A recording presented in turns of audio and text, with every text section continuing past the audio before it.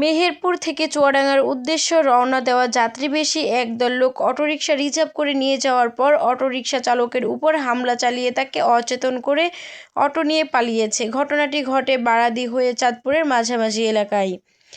স্থানীয় সূত্রে জানা যায়, যাত্রাপথে এক পর্যায়ে যাত্রীরা কোনোভাবে অটো চালককে পানির সাথে ঔষধ জাতীয় কিছু খাইয়ে অচেতন করে এবং পরে তাকে মারধর করে রাস্তার পাশে ফেলে রেখে অটোরিকশা নিয়ে পালিয়ে যায়।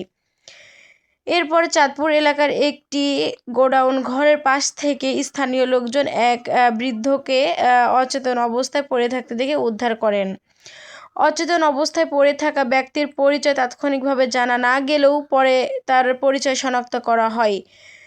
তিনার নাম হচ্ছেন হজরত আলী এবং বাসা হচ্ছে মেহেরপুর আশরাফপুর গ্রামে।